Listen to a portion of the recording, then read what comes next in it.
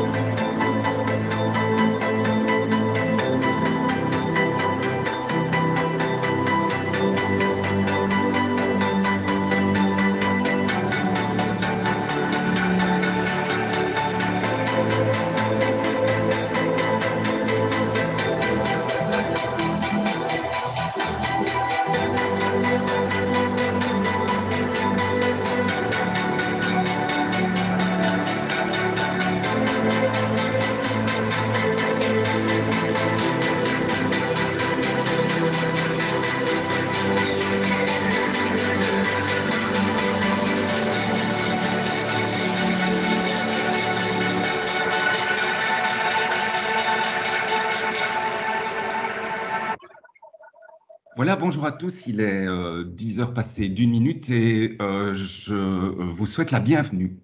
Je m'appelle Thibaut Bézipan, je suis directeur du bachelier en International Business et au nom des étudiants présents, au nom du corps professoral et de l'équipe administrative, je vous souhaite la bienvenue à notre journée portes ouvertes virtuelle. Alors plusieurs d'entre vous sont ici en se demandant ce qu'est le commerce international et pourquoi peut-être embrasser ces études et cette carrière. Alors dans un premier temps, je voudrais vous dire que si je devais trouver un slogan pour le positionnement de notre bachelier, ce serait probablement celui-ci: The best gateway to a globalized world, la meilleure porte d'entrée, la meilleure ouverture vers un monde globalisé. Et donc peut-être certains d'entre vous se demandent, tiens, pourquoi suivre des études en commerce international, en international business? Voici peut-être quelques éléments de réponse. Le premier élément, c'est que vous devez savoir, et vous savez peut-être, que notre pays, la Belgique, est une économie ouverte. Le commerce international, dit la Fédération des entreprises de Belgique, fait partie de l'ADN de notre économie. Ce qui veut dire que sans le commerce international, l'économie belge ne pourrait simplement pas exister, subsister, puisque nous dépendons énormément des échanges avec les autres pays, que ce soit en termes d'exportation ou d'importation. Par ailleurs, les exportations, et ici je ne parle que des exportations, je ne parle même pas des importations, les exportations belges représentent 85% de notre PIB. Le PIB, c'est quoi? Vous le savez peut-être, c'est le produit intérieur brut. Donc, c'est la richesse totale que produit un pays sur une période donnée, généralement un an. Et ce taux est supérieur de 2 fois à la moyenne de la zone euro. C'est dire si les exportations et le commerce international en général sont cruciaux pour notre pays. En termes d'emploi aussi, la carrière en International Business, commerce international, est extrêmement porteuse puisque vous voyez qu'un emploi sur 6 dans notre pays, un emploi sur 6, c'est énorme, ce n'est pas rien, ce n'est pas négligeable, dépend des exportations de la Belgique vers le reste du monde. Et là, encore une fois, je ne parle même pas des importations. Alors pourquoi étudier le commerce international? Simplement parce que ça ne s'improvise pas. Et comme le dit la Chambre de commerce et d'industrie, commercialiser des biens et des services à l'étranger demande des connaissances spécifiques. Et ce sont ces compétences, ce sont ces connaissances spécifiques pour pouvoir commercialiser des biens et des services à l'étranger que nous vous proposons d'accueillir tout au long de votre parcours. Et voici donc notre terrain de jeu, notre terrain d'étude.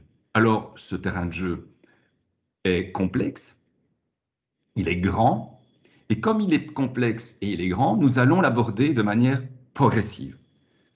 Donc, au départ, nous allons nous intéresser à ce que nous connaissons probablement le mieux, c'est-à-dire nous-mêmes. Nous allons nous intéresser au marché belge.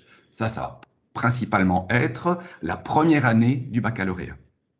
Ensuite, lors de la deuxième année, nous allons nous étendre vers l'Europe et les pays limitrophes, les pays voisins, pour ensuite, en fin de parcours, embrasser l'ensemble de la planète qui est devenue un marché globalisé. Alors à quoi pouvez-vous vous attendre comme voyage pour parcourir ce monde? Eh bien, un voyage fait de plusieurs escales, de plusieurs étapes, qui pourrait se résumer comme ceci. Imaginez que votre objectif est d'obtenir votre baccalauréat en International Business en 2024. Eh bien, voici les étapes, les différentes escales que vous allez devoir parcourir pour arriver au bout de votre voyage. D'abord, une première année à 60 crédits, qu'on appelle le bloc 1, qui seront les fondements de la formation. Ensuite, il y aura un stage d'observation de 2 semaines entre le bloc 1 et le bloc 2. Et puis, vous passerez dans le cycle d'études. Alors, le cycle d'études sera composé de 2 années en principe. La première année qui sera l'année d'approfondissement, toujours pour 60 crédits, suivie d'une année de spécialisation, aussi valorisée à 60 crédits, le tout ponctué par un stage de 15 semaines, et puis le travail de fin d'études, qui vous amène au sésame final, c'est-à-dire le diplôme en International Business pour un total de 180 crédits. Alors maintenant, je vais essayer de vous détailler ce programme, vous l'expliquer le plus clairement possible, mais aussi de la manière la plus concise possible. Vous voyez là la grille de cours de la première année, du bloc 1. Comme je vous l'ai dit, il s'agit de fondements. Donc ici, vous avez au premier quadrimestre des fondements du droit, vous avez des statistiques, des mathématiques financières. Alors là, vous pourrez nous poser vos questions après la présentation, mais les statistiques et les mathématiques financières sont importantes pour nous. Pourquoi? Pour les mettre en pratique. Donc vous allez voir que notre ADN, c'est vraiment d'être pratique, proche de vous et professionnalisant. Et donc, quand nous allons aborder des concepts, que ce soit en mathématiques, en statistiques ou dans d'autres matières, c'est toujours avec l'idée de pouvoir les mettre en pratique dans une étude de cas, dans une situation proche de la réalité ou même une situation carrément réelle. Ensuite, vous voyez qu'il y a de la comptabilité, principe de comptabilité, nous sommes toujours dans les fondements de l'informatique avec Excel. Et puis, vous avez ici la colonne vertébrale, qui est le TP, donc le travail pratique en commerce international et gestion de projet. Chaque année, il y a un travail pratique à réaliser en groupe. J'y reviendrai dans le détail. Ensuite, management et marketing. Management et marketing, c'est l'autre partie de la colonne vertébrale de la première année. Ensuite, les langues, qui sont le troisième axe de la colonne vertébrale chez nous, puisque c'est international business. Dans international business, il y a business, mais il y a international. Et quand on parle de international, forcément, on pense aux langues. Alors, anglais pour tout le monde. En principe, néerlandais pour tous, sauf sous certaines conditions. Le néerlandais peut être remplacé par les cours d'allemand ou les cours d'espagnol. Ensuite, vous avez économie générale, notion de philosophie et d'éthique économique, un cours extrêmement important, puisque au-delà des compétences techniques, nous souhaitons aussi que vous deveniez, ou contribuez en tout cas, à faire de vous des citoyens éclairés, responsables et conscients des enjeux sociaux, environnementaux que notre monde doit affronter pour l'instant. Et enfin, bien entendu, communication d'entreprise et communication interculturelle qui sont essentielles dans un bachelier à vocation commerciale et internationale.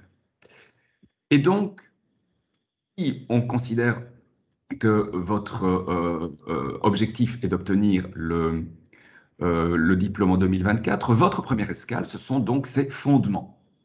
la première année. Alors, comme je vous l'ai dit, chaque année, il y a un travail pratique. Et ce travail pratique se fait en lien avec les acteurs de terrain. Et donc ici, cette année par exemple, nous avons collaboré avec l'ASBL 100 000 entrepreneurs, qui est une ASBL qui tente de transmettre aux jeunes la culture d'entreprendre. Et donc dans ce cadre, nous avons noué des partenariats avec les entreprises. C'est-à-dire que par groupe d'étudiants, les étudiants se sont liés avec une des entreprises partenaires que vous voyez à l'écran aujourd'hui. Vous voyez Cowboy, Casidomi, Turtle, Be Influence, etc. Et en début d'année, les entreprises ont présenté leur projet aux étudiants avec leur objectif. Les étudiants se sont vus confier une mission à réaliser pendant toute l'année. Ils ont été coachés par ces entrepreneurs et en fin de course, ça s'est passé cette semaine, les étudiants ont dû présenter devant un jury de professeurs, mais aussi devant des représentants de ces entreprises, leurs recommandations et le résultat de leur réflexion. Ensuite, nous passons au cycle d'études et au bloc 2. Et là, à partir du bloc 2, vous voyez que des cours spécifiques au commerce international voient le jour. Vous voyez d'abord International Logistics Principles, donc des principes de logistique. Alors, c'est quoi la logistique? C'est quoi la supply chain? Eh bien, comment, depuis le lait que l'on récolte du pied de la vache jusqu'au moment où le consommateur le trouve en brique dans son supermarché, comment achemine-t-on ce lait? Comment le conditionne-t-on? Eh bien, tout ça, c'est de la logistique. Et vous voyez que à partir de la deuxième année, avec ce cours, vous avez des cours qui sont techniques, mais qui sont dispensés en anglais. Encore une fois, importance des langues en International Business. Outils de gestion financière, qui est la suite, en grosso modo, du cours de comptabilité de première année. Analyse de marché, collecte, exploitation, analyse de données. Donc, comment récolter des données auprès des consommateurs, auprès des entreprises, pour essayer de fournir des recommandations, comment analyser ces données pour que la stratégie d'internationalisation d'une entreprise ou de mise sur le marché d'un produit ou d'un service puisse se faire de manière fructueuse. Ensuite, European Business and Economics, un deuxième cours technique qui est dispensé en anglais. Encore une fois, importance des langues en International Business. Le cours est un cours d'économie européenne, comme vous pouvez le voir. Gestion des paiements internationaux, un autre cours à vocation spécifiquement internationale, que vous ne trouverez nulle part ailleurs. Environnement légal de l'entreprise, vous allez voir que chaque année, il y a des cours de droit, parce que le droit influence nos vies quotidiennes, personnelles et au niveau des entreprises énormément, et que la plupart des lois d'ailleurs qui sont transposées dans le droit belge nous viennent du niveau européen. Ensuite, psychologie commerciale et techniques de négociation, bien entendu. Psychologie commerciale, apprendre à négocier avec un fournisseur, avec un client, pouvoir percevoir la psychologie de la personne qui se trouve en face de vous sont des éléments essentiels dans un parcours commercial. Stratégie d'internationalisation physique et digitale des entreprises, plus le TP en commerce international 2, le travail pratique. C'est la colonne vertébrale de l'année.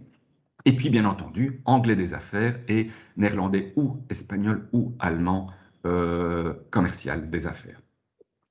Et là aussi, je vous l'ai dit, partenariat avec des entreprises et partenariat avec, par exemple, l'Agence Wallonne à l'exportation.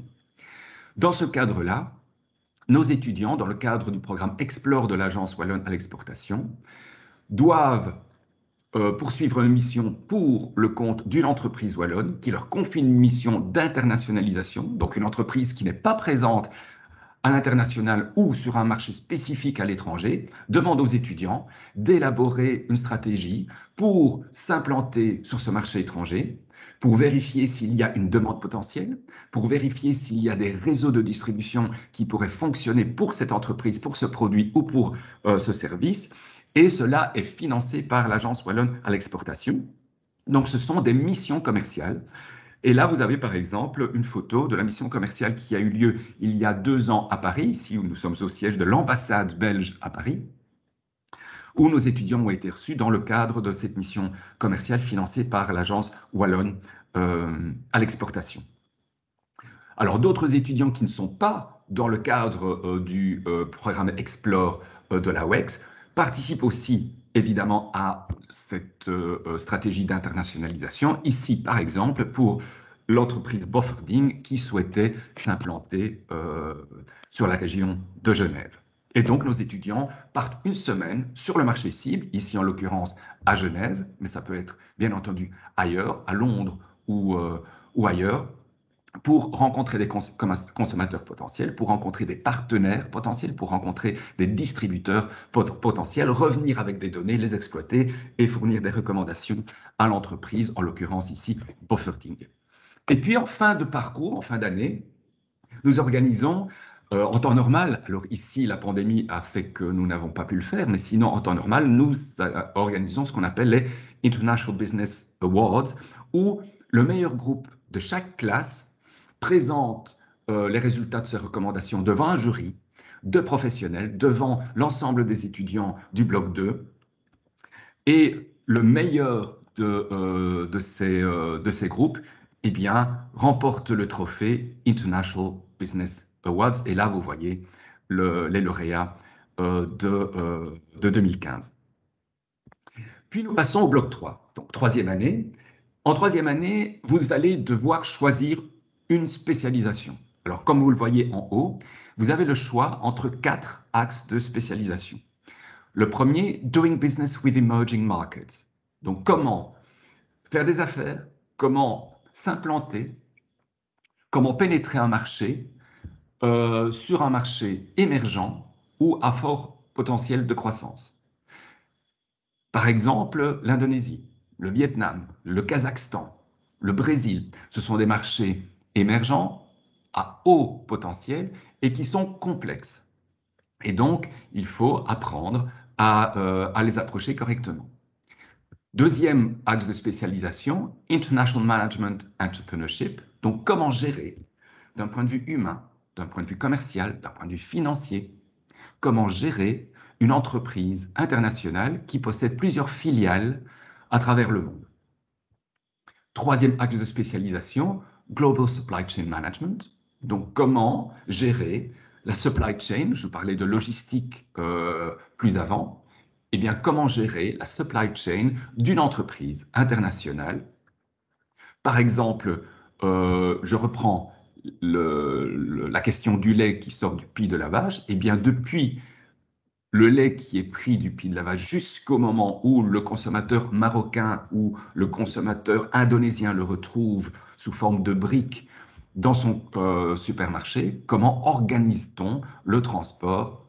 Comment organise-t-on cela en tenant compte de la responsabilité sociale de l'entreprise, du développement durable, des droits de douane, de la législation internationale sur le commerce, etc., etc. Et enfin, quatrième axe de spécialisation, European Public Affairs and Business Lobbying.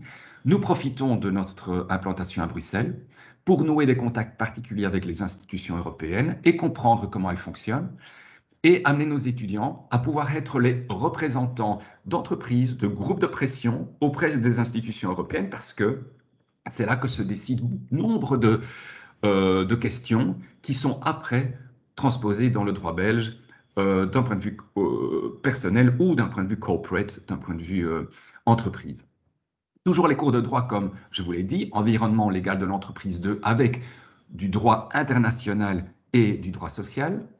International Business and Economics, donc le commerce international, et alors aussi le choix entre plusieurs cours qui vous permettent de mieux appréhender un marché ou une région spécifique, soit les États-Unis, soit le monde arabe, soit l'Afrique subsaharienne, soit l'Amérique latine et l'Espagne, soit la Chine et l'Asie.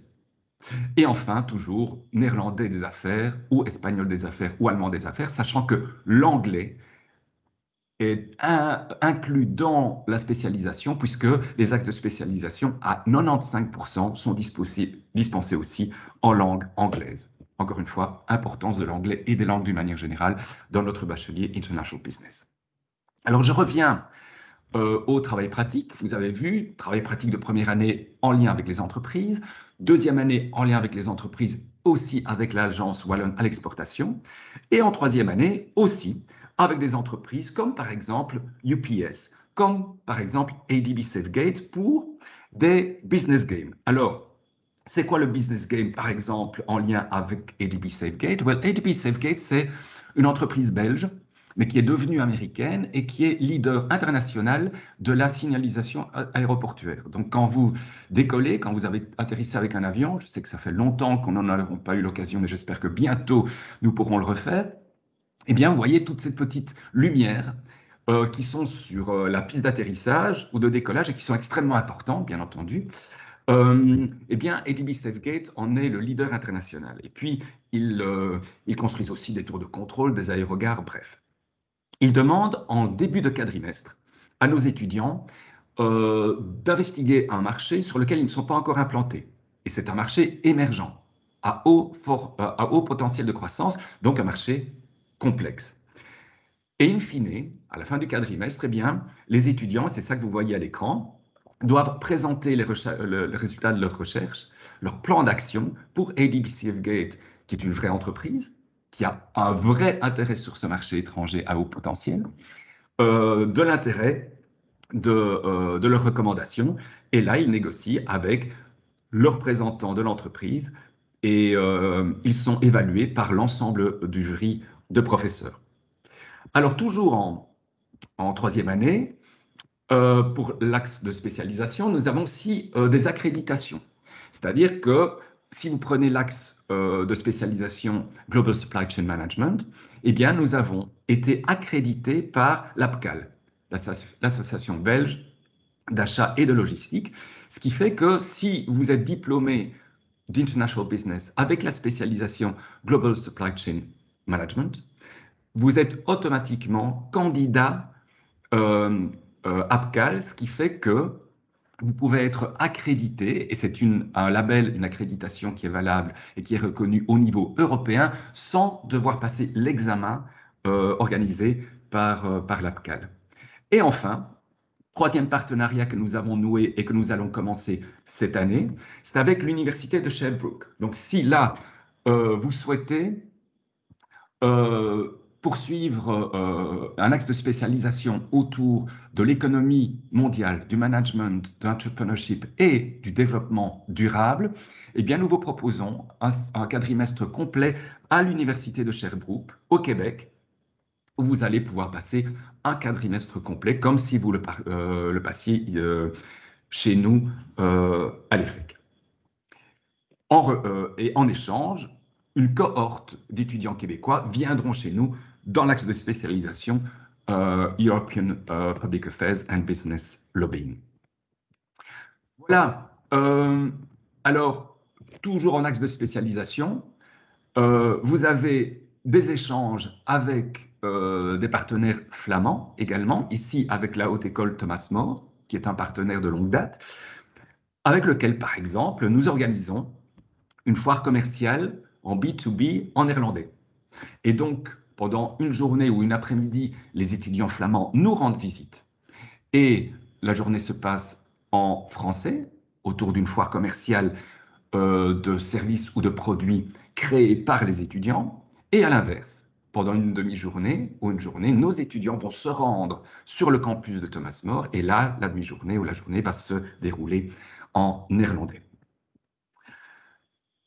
Ce parcours qui se ponctue, comme je vous l'ai dit, par un stage. Alors un stage de 15 semaines qui peut se dérouler en Belgique, qui peut se dérouler à l'étranger. Par exemple ici, un étudiant qui était à l'étranger et dont la mission de stage était de préparer une mission commerciale princière, une mission commerciale belge princière.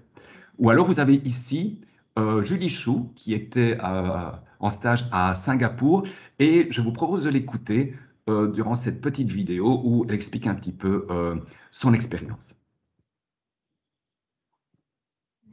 Bonjour, je m'appelle Julie Chou, je suis étudiante en dernière année en commerce extérieur à l'ESSEC. Je suis ici en stage à Singapour. J'ai été sélectionnée pour travailler dans un bureau de la WEX auprès d'une conseillère économique et commerciale. Pour ceux qui ne connaissent pas la WEX, c'est l'agence wallonne à l'exportation et aux investissements étrangers. Concernant les missions professionnelles, je suis chargée de trouver des importateurs et distributeurs pour les entreprises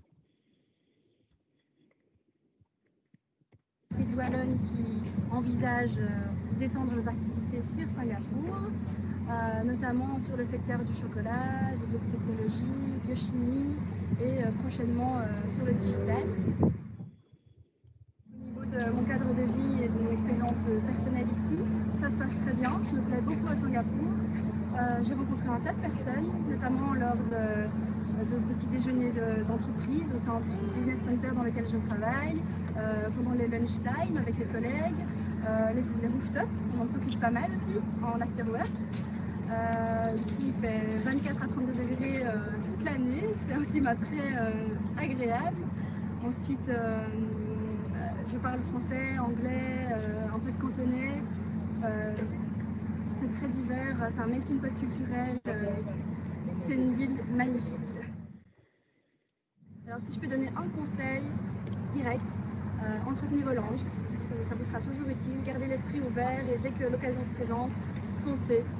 Un stage à l'étranger, au-delà d'une expérience professionnelle valorisante, c'est une merveilleuse expérience. Voilà, merci Julie. Et je voudrais aussi vous parler d'un concept qui est de plus en plus important aux yeux des entreprises aujourd'hui, ce sont les soft skills. Alors vous en avez probablement déjà entendu parler. Les hard skills, vous savez ce que c'est, ce sont les compétences techniques, donc les compétences informatiques, comme vous le voyez sur le slide, les diplômes, vos compétences linguistiques, les expériences que vous avez pu déjà emmagasiner. Et puis, il y a ce qu'on ne voit pas, la face peut-être plus cachée de l'iceberg, mais qui sont au moins aussi importantes, si pas davantage aujourd'hui, aux yeux des employeurs, ce sont les soft skills. C'est quoi? Eh bien, ce sont l'affirmation de soi, c'est la créativité, c'est la capacité de travailler en équipe, extrêmement importante, la communication, la capacité à être flexible, à s'adapter à des situations nouvelles et inconnues, la sensibilité interpersonnelle, le leadership. Eh bien, ça, ce sont des compétences que nous souhaitons aussi développer tout au long des 3 années du bachelier. Et par exemple, dans le cadre du stage d'insertion professionnelle de 15 semaines, nous travaillons avec une entreprise et un outil qui s'appelle OnStage, où au début de l'expérience de stage, les étudiants vont réaliser un test de soft skills. Ils vont recevoir un résultat où on va leur dire, voilà, ça, ce sont des soft skills où vous êtes vraiment bon. Maintenant, il y a celui-ci, celui-ci et celui-ci que vous pouvez peut-être améliorer. Et l'idée, c'est que pendant le stage, eh bien, l'étudiant garde ces points d'attention à l'esprit pour pouvoir améliorer justement ces 2, 3 soft skills. Et puis, en fin de parcours, il refait le test sur OnStage pour voir si effectivement le stage lui a permis d'améliorer ces soft skills qui, je le répète encore une fois, sont extrêmement importants aux yeux des entrepreneurs et des chefs d'entreprise aujourd'hui. Alors, je vous ai parlé des langues. Encore un petit mot sur les langues. Nous sommes dans le Bachelor International Business. Inutile de vous dire que les langues sont cruciales dans ce domaine. Alors, normalement, l'anglais et le néerlandais, je vous l'ai dit, sous certaines conditions, au lieu du néerlandais, vous pouvez suivre l'allemand ou l'espagnol.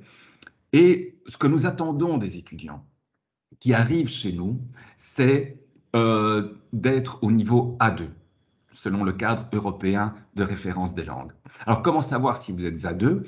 Ben, il y a des tests qui existent en ligne, ou alors vous pouvez demander à votre professeur actuel de savoir s'il peut vous situer sur cette échelle-là.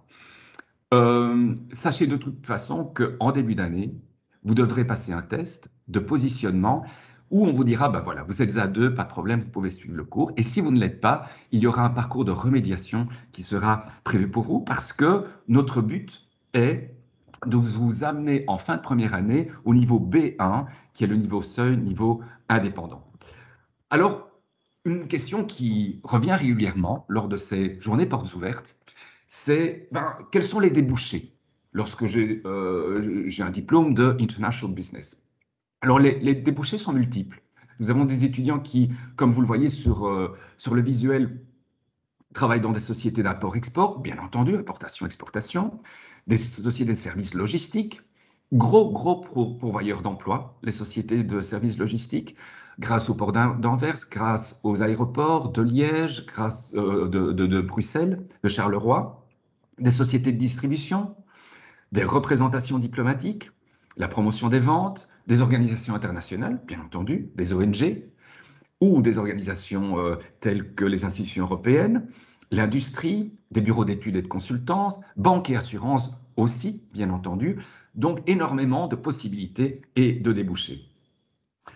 Alors, je terminerai cette présentation par ceci. Si vous souhaitez nous rejoindre et si vous êtes intéressé par visiter nos installations, nos bâtiments, en vrai, en live, eh bien, n'hésitez pas à suivre le lien que vous voyez ici et qui est recopié dans la conversation Teams. Donc, si vous allez dans la conversation Teams, vous allez voir que j'ai recopié le lien qui vous permet de vous inscrire pour la visite de ces bâtiments. Alors, cette visite se fera par groupe restreint, des mercredis après-midi. Il y a 2 mercredis après-midi qui sont prévus et bien entendu en respectant tous les protocoles sanitaires. Ne vous en faites pas pour ça. Vous arriverez donc ici à un doodle qui vous permettra d'inscrire votre nom. Et je vois que nous avons déjà un autre prestigieux pour un des mercredis, Joe Biden.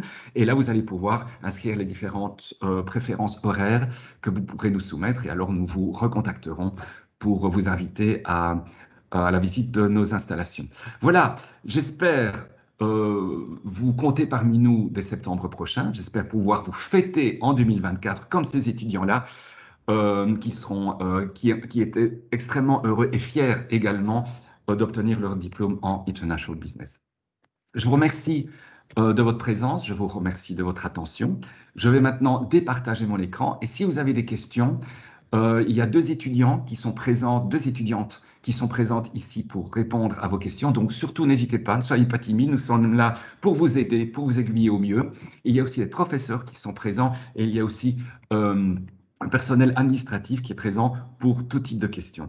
Voilà, je vous remercie. Je vais départager mon écran et revenir vers vous. Voilà, je départage mon écran. Voilà. Et donc voilà, si vous avez, voilà, je ne sais pas qui est là, qui n'est pas là, mais si vous avez des questions, surtout n'hésitez pas. Vous pouvez, si vous êtes un peu plus timide, ce que je peux comprendre, et l'interface à distance, c'est pas toujours facile. Hein, je sais que ça fait longtemps qu'on est à distance, mais bon, c'est pas pour ça que c'est agréable. Vous pouvez poser vos questions via le chat, via la conversation, n'hésitez pas, ou alors oralement, prenez la parole. Vous n'êtes pas obligé d'allumer votre caméra si vous souhaitez ne pas le faire, mais nous sommes là en tout cas de manière bienveillante pour répondre à vos questions. Alors, une première question pour ouvrir le feu et décoincer tout le monde, peut-être.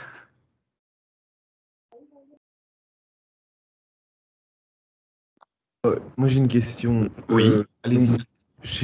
Pour le moment j'ai un parcours, donc j'ai fait 4 ans à l'école en Flandre, 3 ans en Wallonie et 1 an en Angleterre. Et quelles sont les modalités d'inscription en fait pour le bachelier en International Business? Je vais peut-être. Oui. Vas-y, Véronique, oui. Au niveau administratif, vous voulez dire? Oui, c'est ça. Alors, à partir du 1er juin, vous allez pouvoir vous inscrire en ligne. Donc, Oui. c'est-à-dire, vous irez sur le site de l'EFEC et vous ferez votre inscription. Ce que l'on vous demande, essentiellement, c'est de justifier vos 5 dernières années. Donc, vous devrez bien entendu mettre votre diplôme et justifier vos 5 dernières années, c'est-à-dire, si j'ai bien compris, 1 an en Angleterre et votre parcours en Flandre, c'est ça? Oui, c'est ça. Donc, en fait, si vous avez suivi des cours dans une haute école en Flandre, vous devrez remettre des relevés de notes. Si en Angleterre, vous avez été suivre, mais plus un parcours de langue, etc., justifié par des documents, des, des documents de l'enseignement que vous avez suivi là-bas. Si c'est par contre du travail, eh bien, on vous demandera une attestation de travail avec une date de début et de fin. Voilà. Donc, justifiez bien chaque année depuis, il y a 5 ans. Donc il faut à chaque fois une attestation de présence pour chaque lieu où on a été et un CESS alors. Disons que si ce sont des cours dans une école, on a besoin de vos relevés de notes parce qu'on a besoin du nombre de crédits que vous avez réussi. Mais par exemple, ici en Angleterre, cette année, c'est une année en plus et le 1er juin, j'aurai encore aucun relevé de notes en fait. Donc, il n'y a pas de souci pour ça, hein. Donc, en fait, votre dossier sera rentré dans notre système, on va le traiter et il sera peut-être en suspens parce que moi ou une de mes collègues, on vous renverra un message en disant il vous manque un complément, etc. Dès que vous avez le dernier document, vous revenez sur le site, vous le notez et vous êtes traité je ne vais pas dire en priorité, mais vous revenez sur le haut de la liste des étudiants. Donc, il n'y Donc il a y a quand aucun même, souci s'il vous manque un document, mais que vous allez recevoir, bien entendu. donc il y a quand même une procédure d'admission alors. C'est-à-dire que votre dossier, pour être accepté, et c'est-à-dire pour que vous soyez réellement inscrit, doit être complet, en effet. Ça va, ok, merci beaucoup. Pas de souci. On a une question de Moïsa. Vous pouvez la poser.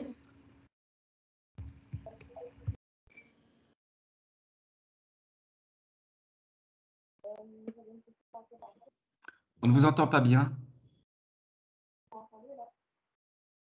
Non, très mal. Si vous voulez, si vous préférez, vous pouvez poser la question via le chat, hein, via la conversation.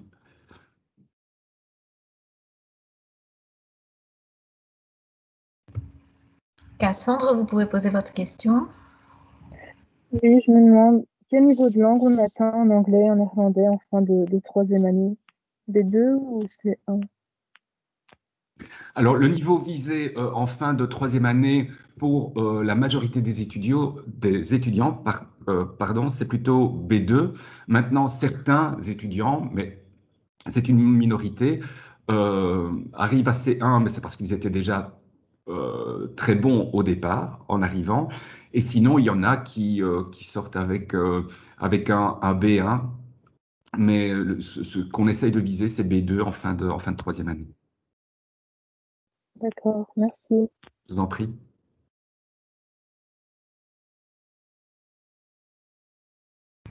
Adèle, vous pouvez poser votre question. Oui, bonjour. Alors moi, ma question, elle porte sur les langues. J'aurais aimé savoir quelles conditions sont requises pour pouvoir prendre de l'allemand ou de l'espagnol à la place du néerlandais. Véronique? En fait, en général, cette possibilité de prendre l'allemand ou l'espagnol est proposée aux personnes qui ont des bacs étrangers. Si vous êtes si vous avez fait votre bac en France ou ailleurs, d'office, on vous posera la question.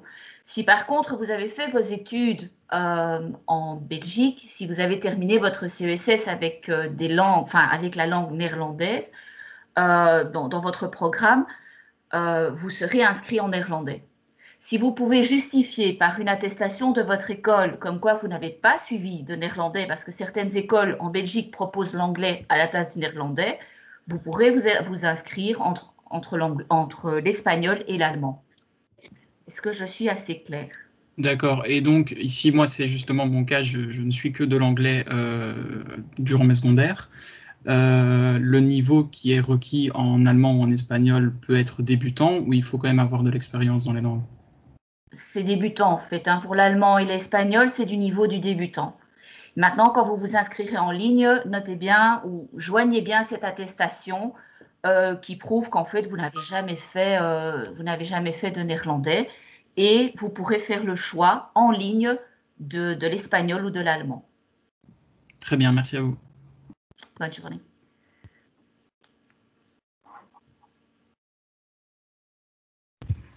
Oui, alors effectivement, il y a une question à laquelle on a déjà répondu dans la conversation, mais qui est très intéressante. Est-ce que International Business est aussi une bonne option pour devenir entrepreneur? Alors donc, dans les axes de spécialisation proposés en troisième année, il y a un axe de spécialisation qui est International Management Entrepreneurship, donc qui vise justement à amener l'étudiant à pouvoir gérer une entreprise internationale, mais comme Madame Gaspard l'a mis dans la réponse, nous avons aussi une cellule Effect Entreprendre qui, si l'étudiant ou l'étudiante a un projet entrepreneurial, eh bien, peut l'accompagner sous certaines conditions dans le développement de dans cette activité entrepreneuriale.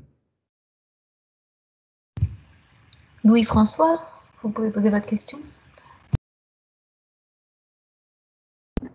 J'ai entendu dire, donc pour marketing, il y a moyen d'avoir des dispenses. Pour les langues, est-ce que c'est la même chose aussi en international business?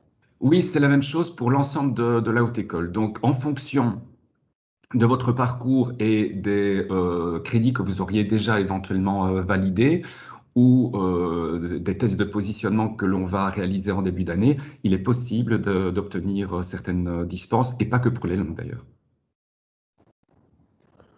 Ok, super, merci beaucoup. Donc en fait, c'est le niveau, c'est quel niveau qu'il faut pour pouvoir obtenir la dispense?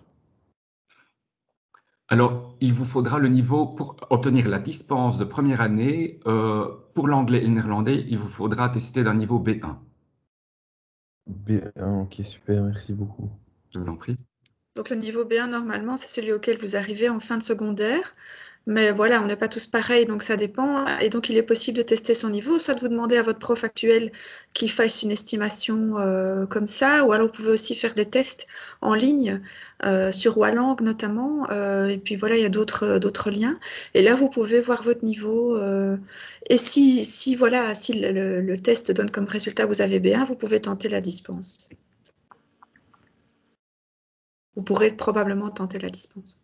Oui, ok, super, merci beaucoup, madame. Je vous en prie. Moïsa, une question peut-être? Oui, j'espère qu'on m'entend mieux là.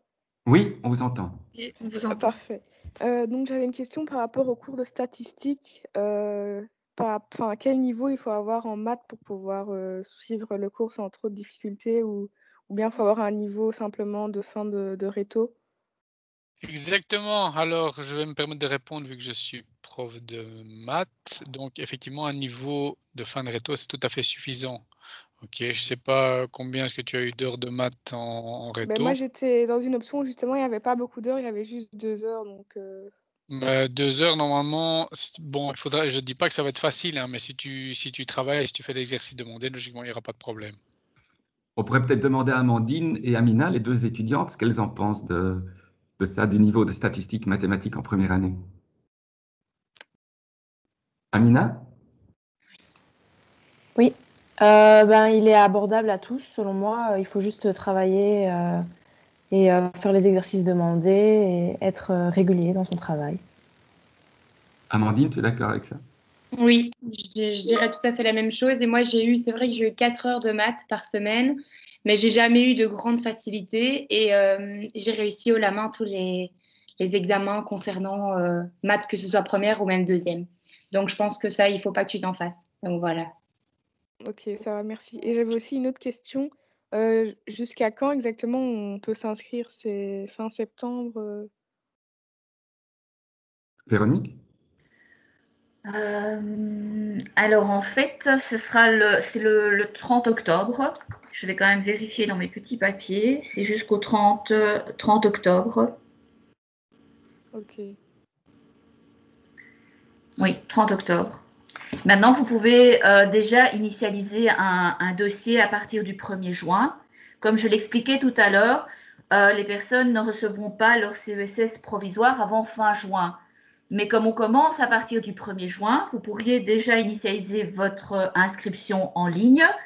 Bien entendu, on vous renverra le dossier en disant, voilà, il vous manque un document, mais quelque part, votre inscription sera pratiquement bouclée, puisqu'il restera un document à nous remettre.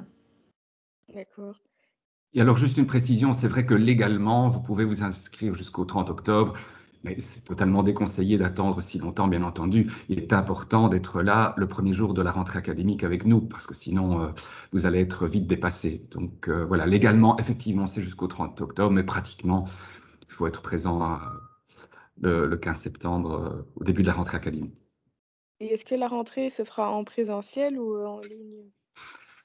Eh bien, comme nous tous, je pense que je croise les doigts pour que ça se fasse en présentiel, mais on a appris à être fort prudent avec cette pandémie.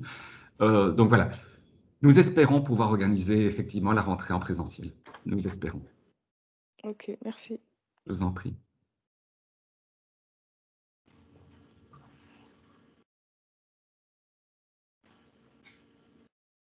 Véronique, je peux te demander d'arrêter l'enregistrement, s'il te plaît? Oui. Oui, François et Moïsa, mais je pense que c'est des mains que vous aviez levées tout à l'heure. On a répondu à vos questions? Oui, ok, ça va. Ah ouais, apparemment. Donc, il y avait une question encore sur le statut d'étudiant entrepreneur. Madame Ospier a répondu.